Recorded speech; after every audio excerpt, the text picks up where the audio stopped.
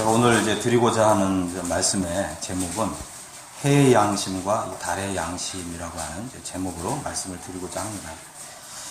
사도행전 23장 1절을 이제 열어보면 사도 바울이 공회 앞에서 이렇게 얘기합니다. 형제들아, 여러분 형제들아, 오늘까지 나는 범사의 양심을 따라 하나님을 섬겼노라. 오늘까지 나는 범사의 양심을 따라 하나님을 섬겼노라. 참 이 사도 바울의 이런 참 이 놀라운 고백이 우리의 이 마음을, 우리의 영혼을 진동시킵니다. 또 한 구절 보겠습니다. 24장 14절인데요.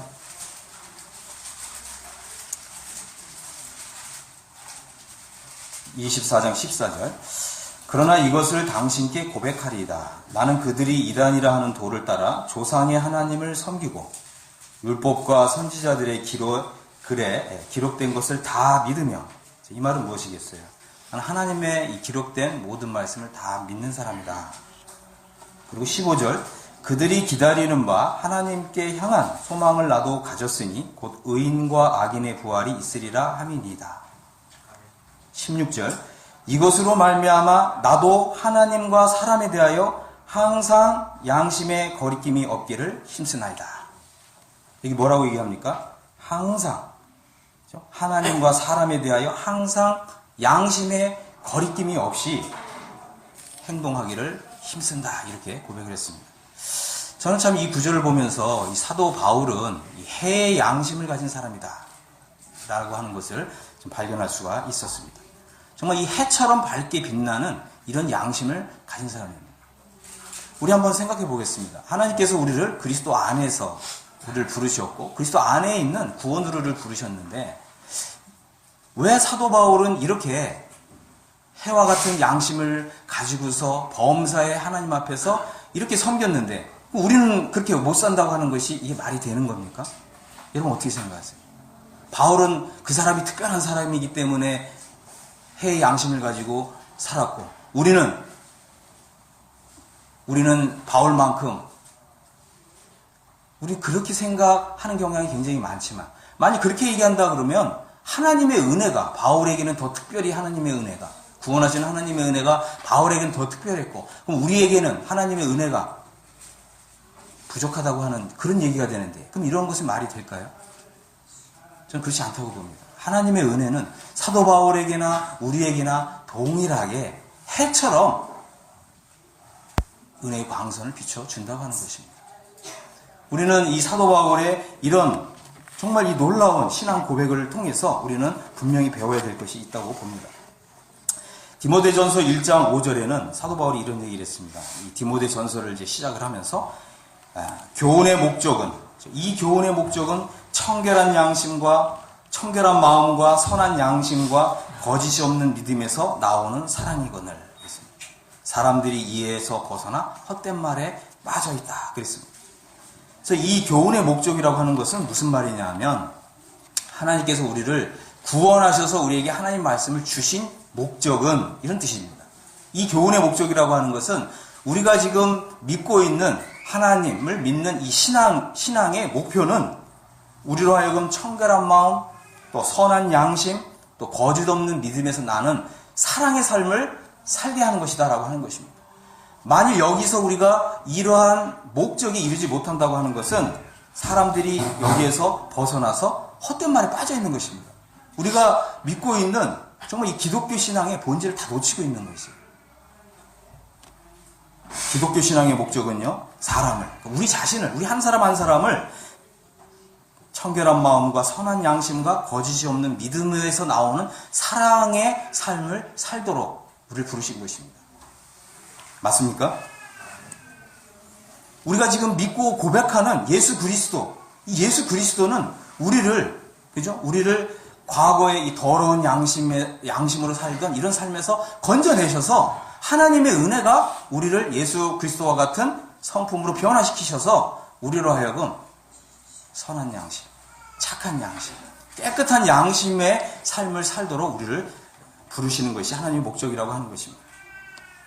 다시 말씀을 드리겠습니다. 하나님께서 우리를 구원하신 목적은 무엇이냐?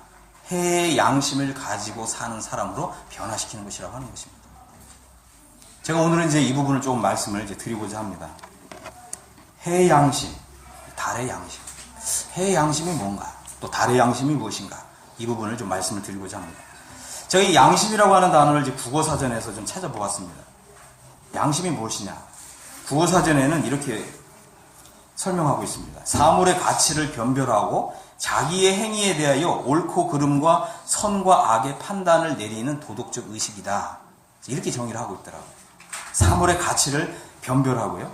자기 행위가 과연 정말 옳은지, 그른지, 나의 행위가 선한지, 악한지를 판단을 내릴 수 있는 도덕적 의식이라고 하는 것입니다.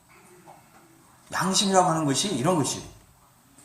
그리고 또 제가 양심과 관련된 좀 서적을 찾아봤는데 거기에서는 이렇게 얘기합니다. 인간 내부에 주어진 신의 섬광이다.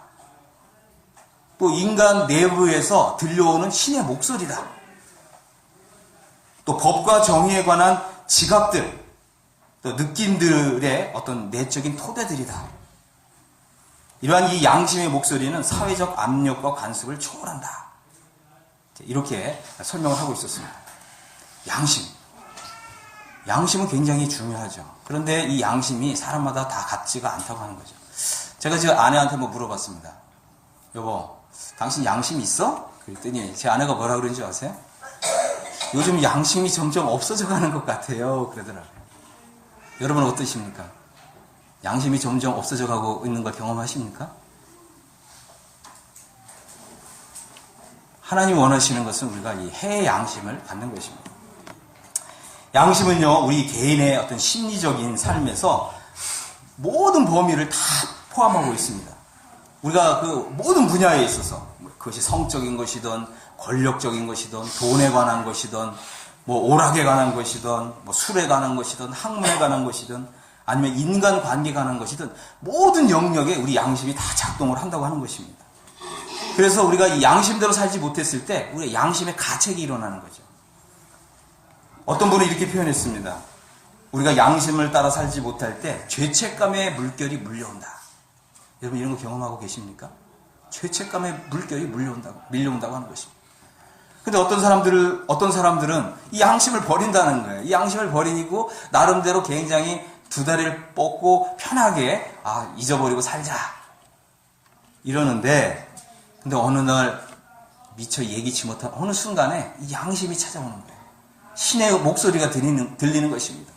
그래서 밤새도록 잠을 자지 못하고 새벽까지 하얀 밤을 지새는 경우가 있습니다. 그나마 이런 것을 경험한 사람은 조금 괜찮은 사람이죠. 이런 것마저도 없는 사람들이 오늘날 태반이나 넘는다고 하는 것입니다.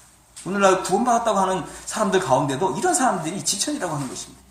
양심을 따라 살지 않는 거예요. 그런데 우리는 이 자연적인 양심 위에 또 무엇이 있습니까? 신앙 양심이라는 게 있잖아요. 우리 이 거듭난 그리스도인이 가지고 있는 양심은 이 세상 사람들의 양심보다 더 차원 높은 이런 양심을 가지고 있다고 하는 것입니다. 세상 사람들이 그저 정의라고 생각하고 그저 이 공의라고 생각하고 이것이 법이라고 생각하지만 우리 거듭난 그리스도인들에게는 그것보다 더 높은 그런 신앙 양심이 있지 않습니까? 우리가 괴로운 것은 그죠? 정말 이런 신앙 양심을 따라 살지 못하기 때문에 오는 이런 고통이 아닌가 이런 생각을 합니다. 양심은요, 우리의 자신, 우리의 자아를 더 넘어서는 이런 요구를 한다고 하는 것입니다. 그런데 우리의 이 양심이 약해지거나 아니면 어떤 사람 표현처럼 양심을 점차 버리면 어떤 현상이 일어나냐면 이 자기성이라 그래요. 자기성. 좀 어려운 말인데 이 자기성. 이건 뭐냐면 내가 지금 당장 원하는 것이 선이고 내가 지금 바로 바라는 거. 이것이 이루어져야 한다는 거. 그죠? 이게 이기주의이고, 그죠? 그리고 내가 지금 원하는 이것이 이루어져야 된다고 주장하는 거. 이걸 이 자기성이라고 그러는데, 바로 이 많은 사람들이 이런 자기성에 이끌려서 그 자기성에 종노릇하고 있다고 하는 것입니다. 그것은 양심을 따라 사는 것이 아니죠. 목소리로 형상화된 이 양심은요, 자기성을 버리라고 요구하는 것입니다. 그리고 타인을 위해서 살도록, 그리고 나를 넘어서는 공동체를 위해서 살도록, 우리에게 끊임없이 요구한다고 하는 것입니다. 양심이 없다면 어떤 분이 이렇게 표현했습니다. 양심이 없다면 인간이라고 인정할 수가 없다. 우리는 양심이 없는 사람, 저 사람 정말 양심이 없어. 아주 냉혹한 살인자, 그죠? 연쇄살인범, 강간범, 사기꾼, 이런 사람들을 이렇게 보면서 저 사람은 사람도 아니야, 그런 말 하죠. 양심 없는 사람들을 향해서 우리는 이렇게 얘기합니다.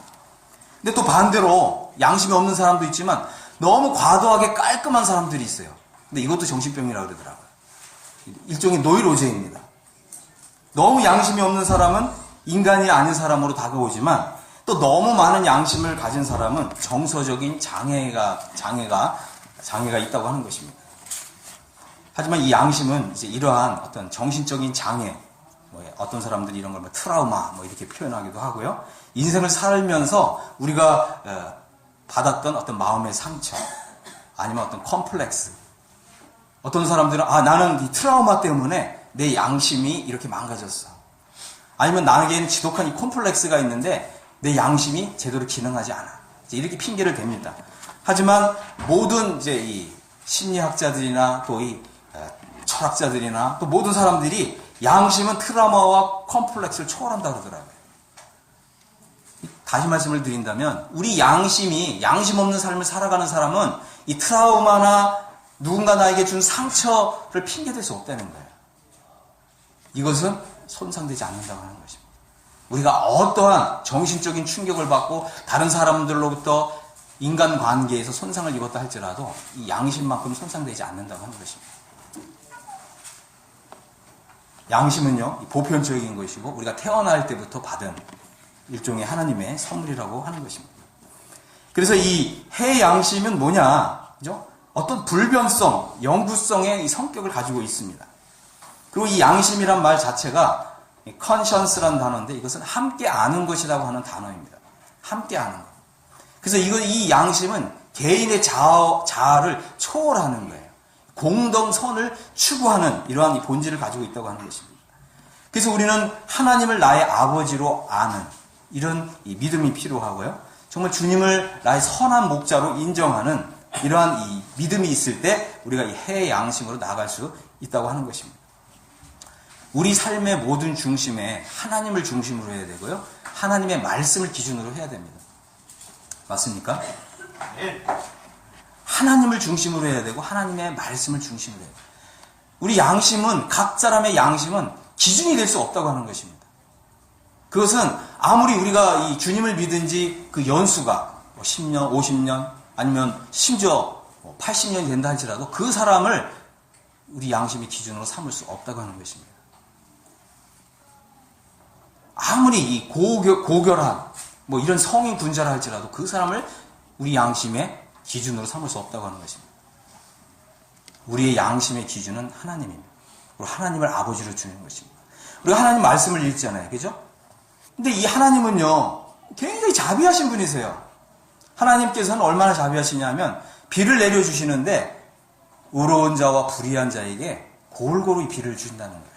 만약 하나님께서, 그죠? 하나님께서 잘못된 양심을 가지고 있다고, 이런, 굳이 표현상, 그런 분은 아니신데, 그런다고 한다면, 어떻게 하시겠어요?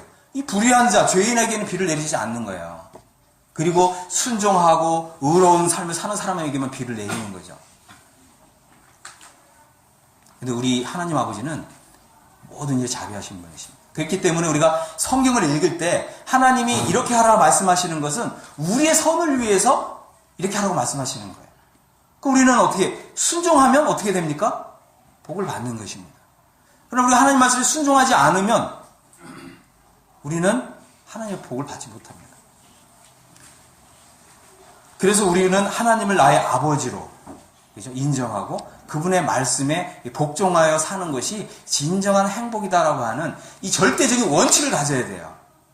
우리가 구원받았지만 이런 절대적인 원칙이 흔들린 사람들이 너무 많아요. 이런 원칙이 제대로 서 있지 않는 사람들이 너무 많습니다. 그저 이 구원받은 무슨 천당 가는 티켓 받은 것으로 구원이 다 이루어진 것이냐, 이렇게 사는 사람들이 얼마나 많습니까? 그렇지 않습니다. 우리는 우리의 이 매 삶에, 구원받은 이후의 매 삶에 하나님을 우리의 아버지로 인정하고요.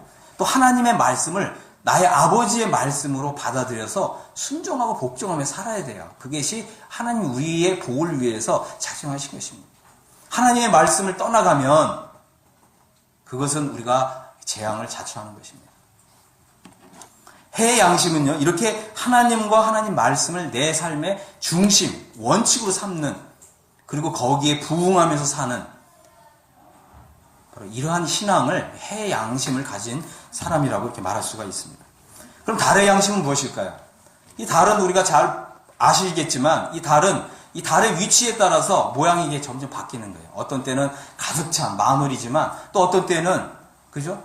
이 달이 반쪽이 되기도 하고 또 반의 반쪽이 되고 네, 또 초승달이 되기도 하고 그렇습니다.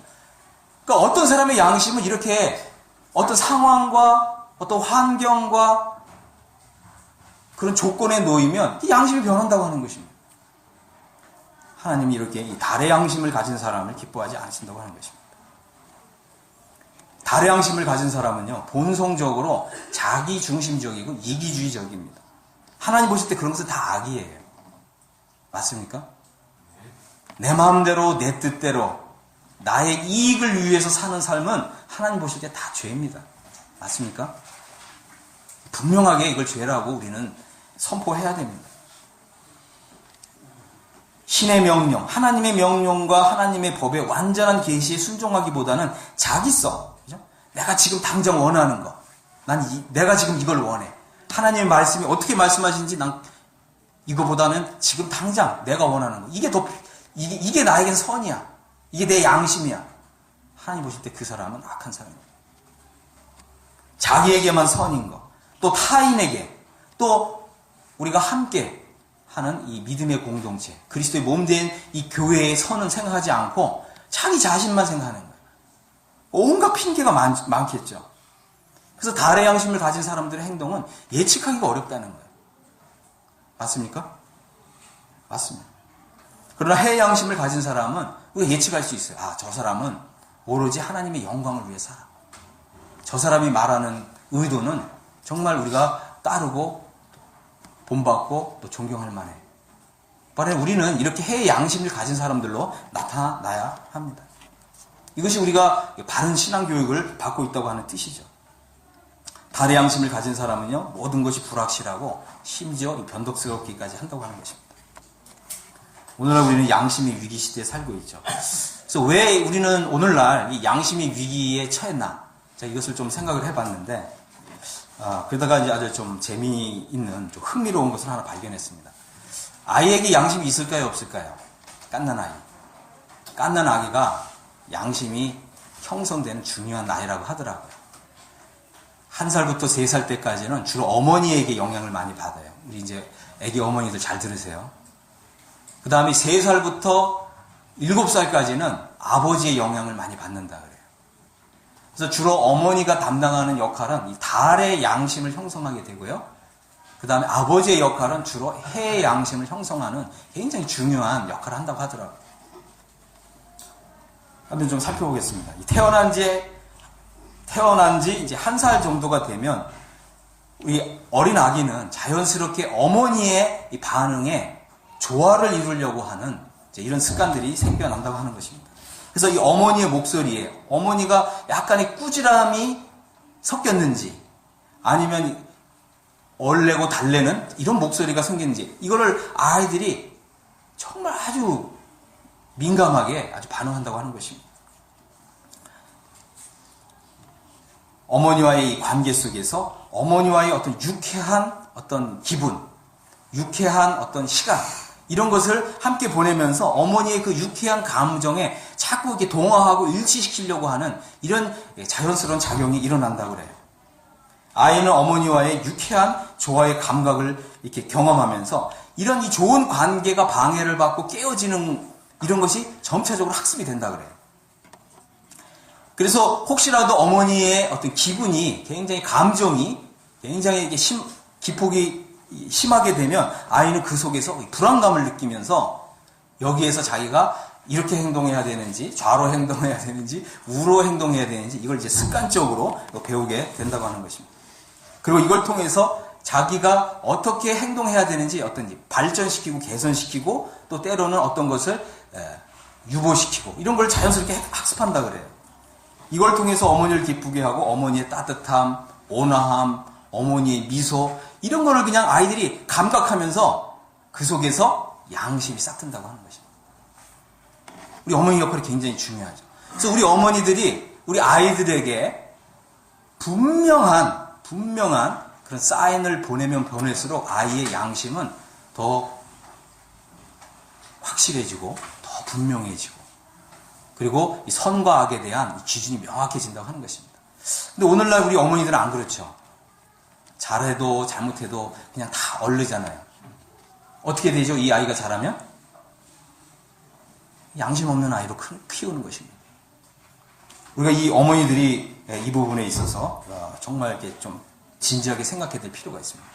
이제 그 한 3살 정도, 아이마다 좀 차이가 있지만 좀 더 빨리 성숙하는 아이는 나이가 좀 어리지만 빨리 이제 아버지하고 이제 동화하려고 하는 이제 이러한 습관을 형성한다고 합니다.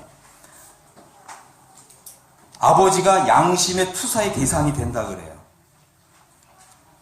아버지는 그 어머니하고 경험했던 그런 이 개인적인 어떤 친밀함 이런 걸 통해서 어떤 양심을 어떤 이렇게 생성시켰다고 한다면 아버지하고는 좀 더 큰 문화적인 세계관을 형성한다고 합니다.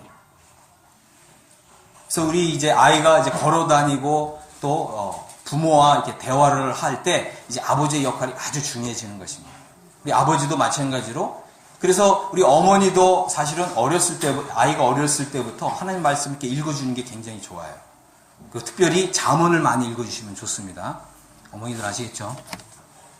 우리 아버지들도 마찬가지예요. 우리 아버지들도 잠언을 특별히 아이들에게 많이 읽어주면 좋습니다. 아버지를 통해서 이제 한 인간 대 인간의 관계를 벗어나서 더 큰 세계관을 형성하는데 아버지의 역할이 굉장히 중요합니다. 아이하고 손을 잡고 다니면서 우리 아버지들이 하는 역할이 많이 있죠. 그래서 동네를 보여주고요. 마을 사람들을 이렇게 만나게 하면서 어른들을 보면 인사시키고 이런 것들이 굉장히 중요한 것입니다. 우리 젊은 사람들은 어른들 보면 인사 잘 안 하잖아요. 왜 인사 안 하는 줄 아세요? 어렸을 때부터 교육 안 시켰어야 돼요. 어렸을 때부터 교육시켜야 됩니다. 우리 이제 청년들은 어른들 보면 인사를 잘 하십시오. 이제 이것이 굉장히 우리의 이 양심을 선하게 하는 굉장히 중요하게 작용을 합니다. 우리의 이 양심은 이 반복된 어떤 죄를 짓는 이런 삶이 반복되면서 이것이 이제 습관화되면서 불량하게 됐어요. 맞습니까? 우리 양심이 고장났어요. 우리 이것을 인정해야 됩니다. 그러면 어떻게 해야 됩니까? 하나님, 정말 제 양심이 고장났습니다. 하나님, 정말 제 양심이 망가졌습니다.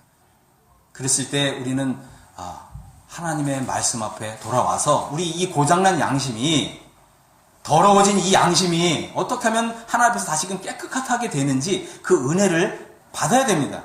하나님의 그 은혜를 통해서 우리 양심이 다시금 깨끗하게 씻어져야 돼요. 우리가 이런 일을 하지 않으면 우리는 계속 하나님 앞에서 더러운 양심, 하나님이 분명히 성경에 더러운 양심 기록했습니다. 악한 양심. 우리 양심 깨끗하게 해야 돼요. 우리가 이 과정을 반드시 거쳐야 됩니다. 우리는요, 솔직하게 말씀을 드리면 저 자신을 포함해서 아버지로서 우리 자녀를 바른 양심을 키우는데 교육 실패했습니다. 가정교육 실패했어요.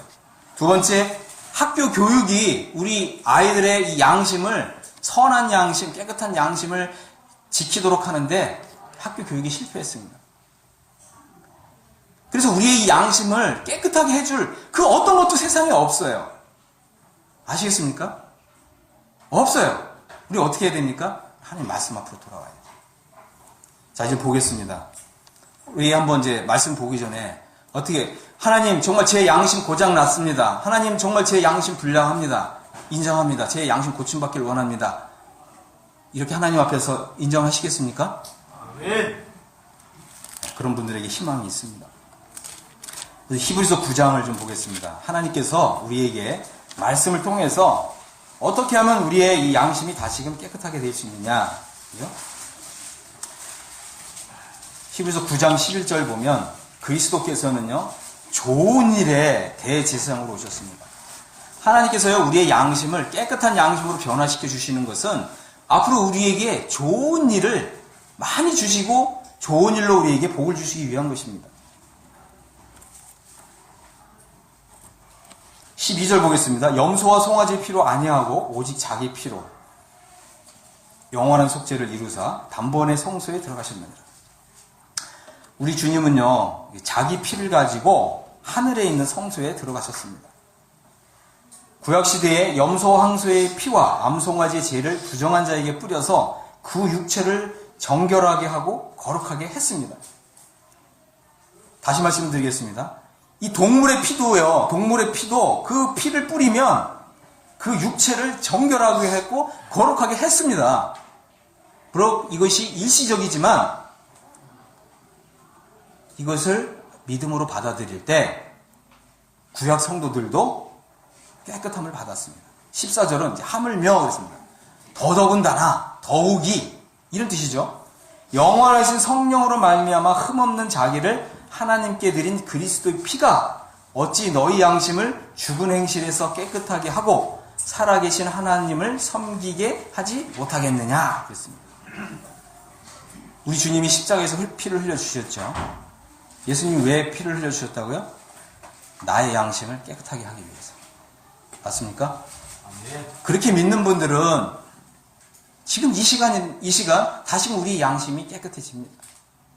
예수님이 십자가에서 피를 흘리신 것은요, 우리의 나쁜 양심, 더러운 양심을 깨끗하게 씻어주시기 위한 것입니다.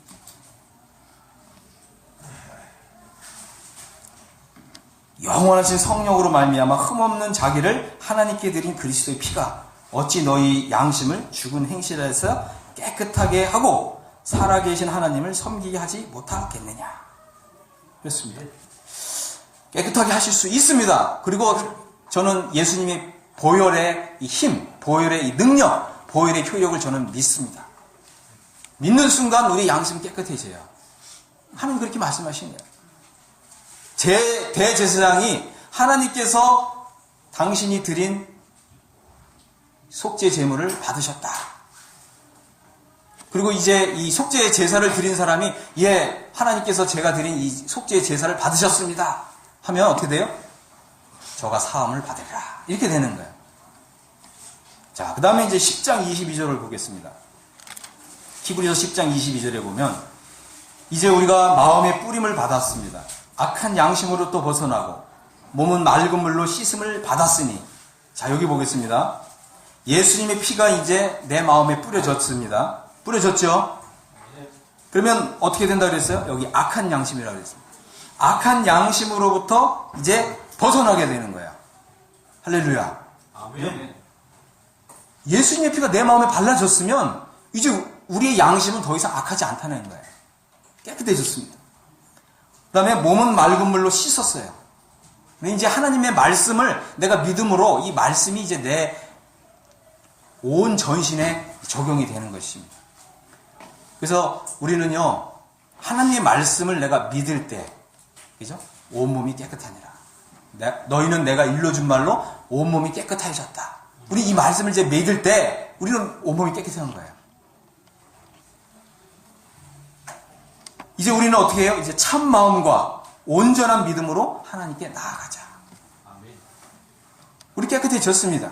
예수님의 피를 우리 마음에 바른 즉시, 그죠? 또 하나님의 말씀을 믿고 내 마음에 그대로 적용한 즉시 우리의 양심도 깨끗해지고 온몸이 깨끗해졌어요. 이것을 믿을 때 이것이 바로 성령의 이제 역사를 내가 받아들인 것입니다. 어떻게 제가 조금 이게 좀 표현하면 어떨지 모르겠습니다. 이 말씀이 스펀지처럼 정말 내 영혼에 싹 스며 들었습니까? 안 들으셨습니까? 그렇습니다. 안 들으신 분은 계속 더러운 양심을 가지고 사는 거예요.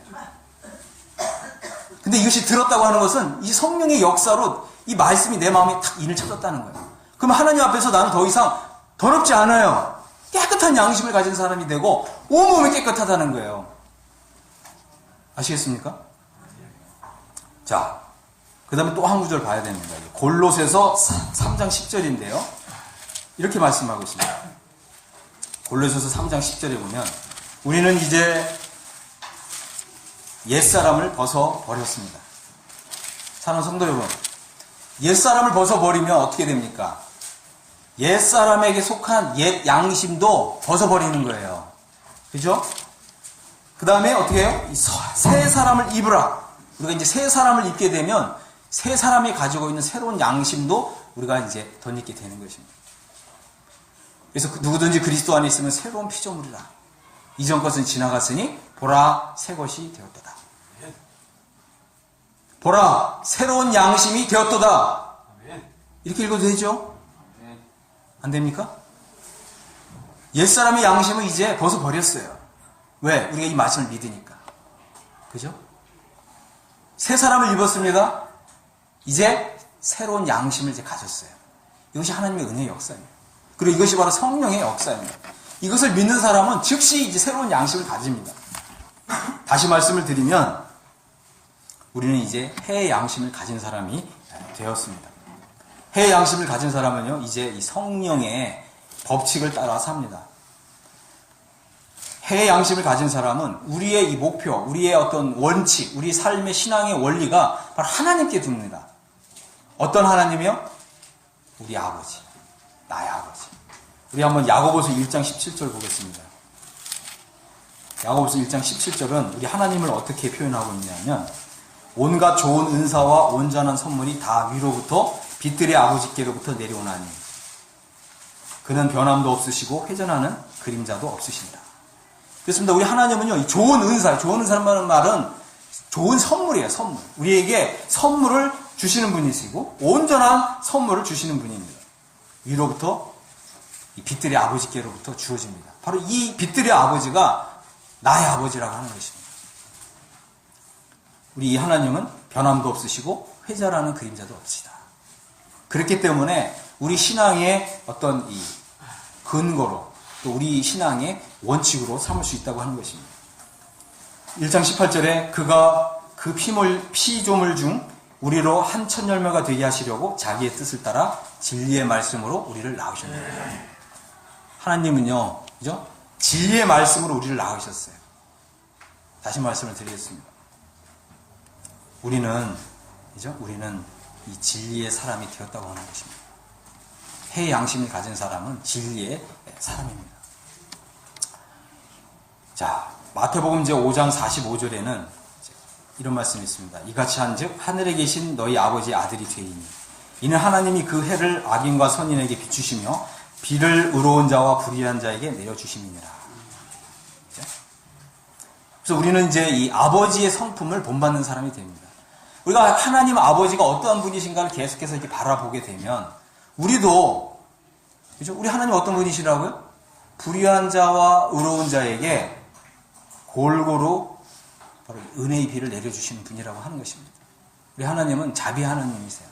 그래서 이 자비 하나님을 우리 아버지로 삼고 이 아버지를 바라보게 되면 우리도 자비한 사람으로 변화된다고 하는 것입니다.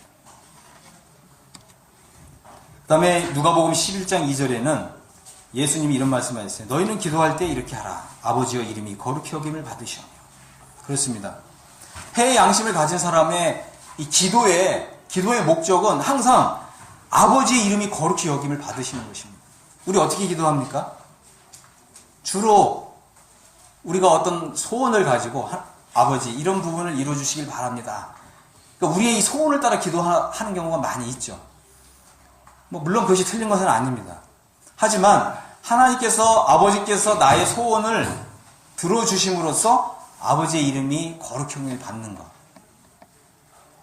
그럴 때 우리의 기도가 더 잘 응답된다고 하는 것입니다. 그래서 우리 삶의 목표는 거룩인 것입니다. 거룩. 그래서 우리가 이 거룩한 사람으로 나타나야 되죠. 그래서 우리가 이 생활하는 삶의 터전에서, 그죠? 우리 직장이면 직장에서, 학교면 학교에서, 아, 정말 당신은 정말 거룩한 사람이다.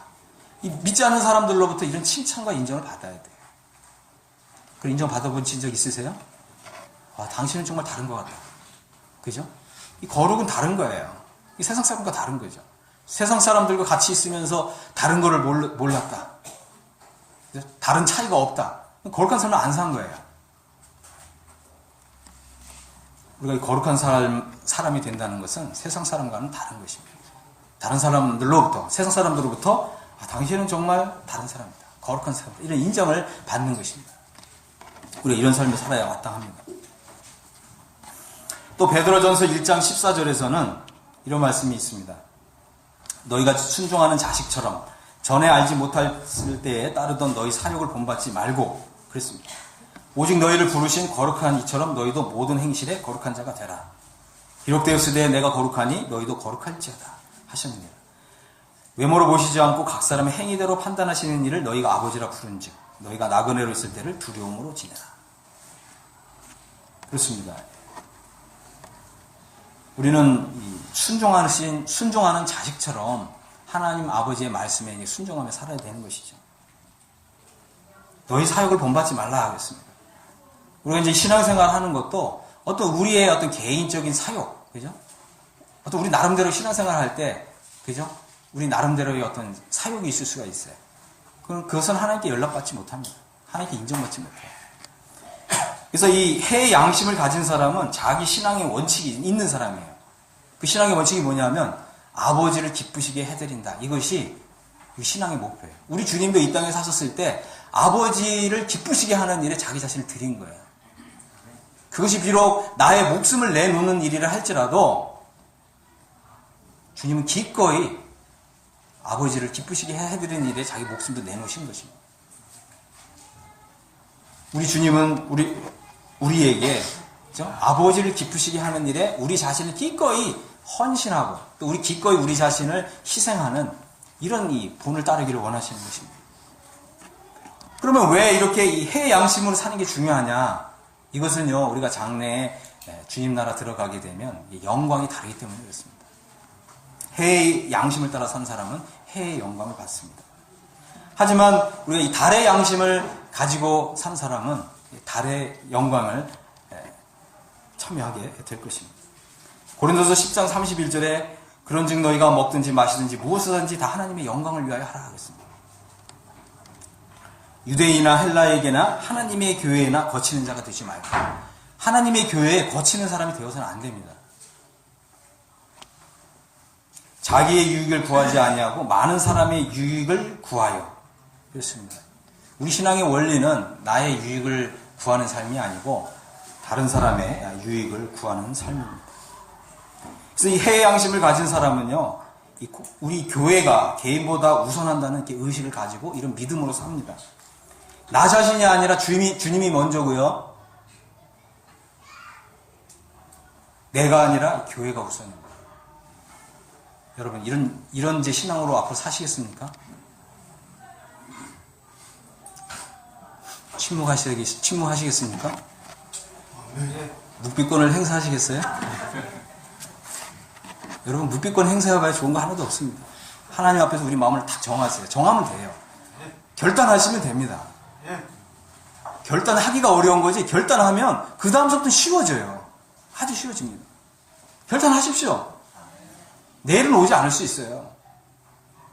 바로 오늘 결단하시면, 그죠? 여러분들은 해 양심을 가진 사람으로서 오늘부터 그런 삶을 사는 거예요. 정말 사도 바울이 고백한 것처럼 나는 범사에 하나님과 사람 앞에서 나의 양심을 따라 섬겼노라. 이렇게 고백할 수가 있는 거예요. 왜 이런 것을 미루세요? 내일이 올지 안 올지도 모르는데. 그렇게 하지 마시기 바랍니다. 하나님 말씀이 기준이에요. 나는 기꺼이 하나님의 말씀에 순종하고요. 하나님 말씀에 순종하는 것을 나의 기쁨으로 삼는 것입니다.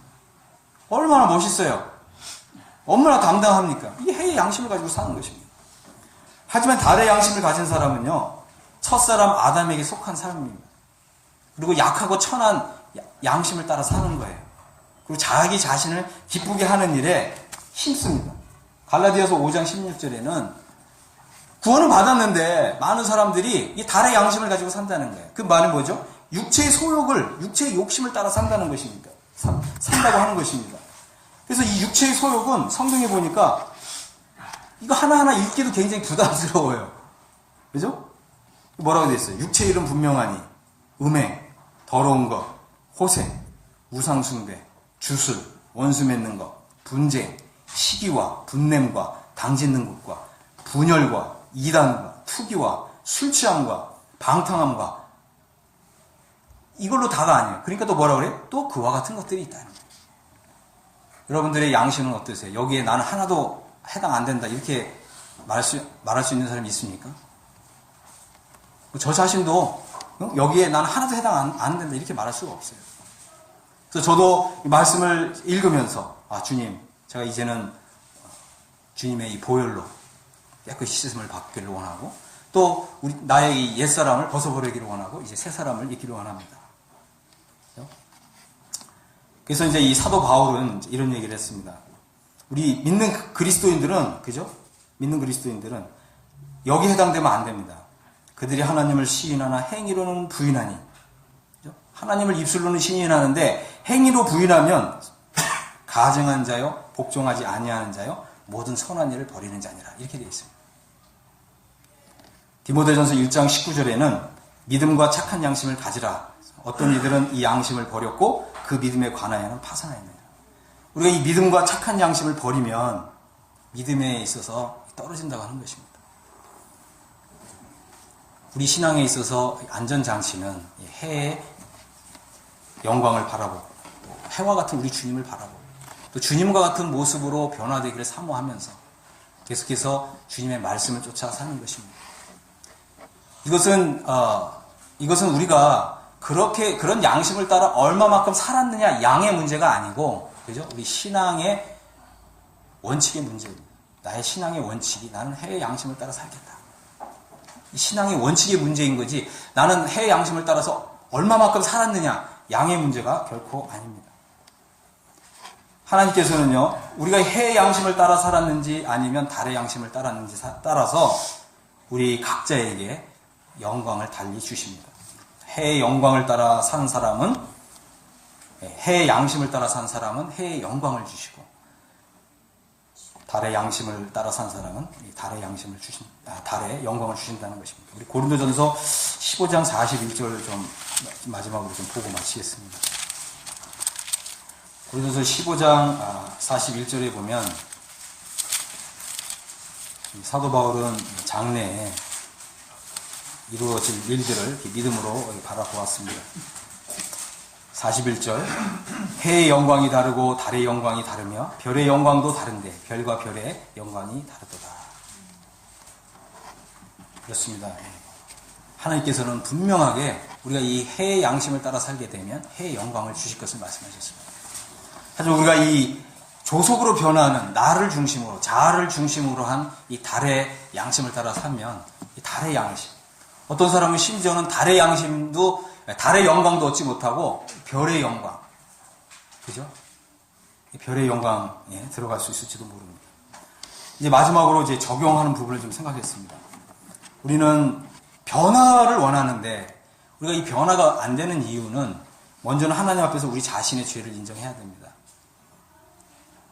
그래서 하나님 앞에서 우리가 지금까지 잘못 산 부분에 대해서 하나님 앞에서 자백을 하고 또 우리의 이 양심을 다시 한번 하나님 예수 그리스도의 그 보혈로 또 하나님의 이 말씀으로 이 깨끗함을 받으시고 그리고 이제 우리가 하나님의 말씀의 앞에서 또 하나님 앞에서 우리가 결단을 내리는 것입니다.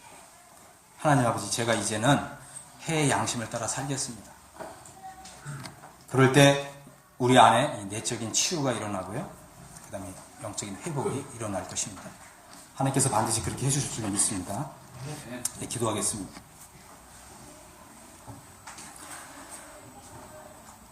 만일 우리가 우리 죄를 자백하면 그는 미쁘시고 의로우사 우리 죄를 사하시며 우리를 모든 불의에서 깨끗하게 하실 것이요 만일 우리가 범죄하지 아니하였다 하면 하나님을 거짓말하는 이로 만드는 것이니 또한 그의 말씀이 우리 속에 있지 아니하니라. 아버지 하나님, 정말 우리가 이 해의 양심이 아니라 달의 양심을 따라 살았던 것을 인정하고 또 자백합니다. 하나님의 은혜의 말씀으로 다시 한번 우리 주님의 이 보혈 앞에 세우시고 또 하나님 말씀에 우리의 양심을, 우리의 마음을, 우리의 온몸을 정결케 하시는 하나님의 말씀 앞에 우리가 섰습니다. 우리의 믿음으로 이제 우리 주님의 보혈을 받아들입니다. 또 우리 주님의 이 말씀을 받아들입니다. 정말 우리 안에 성령의 역사로 우리의 양심을 깨끗하게 해주시고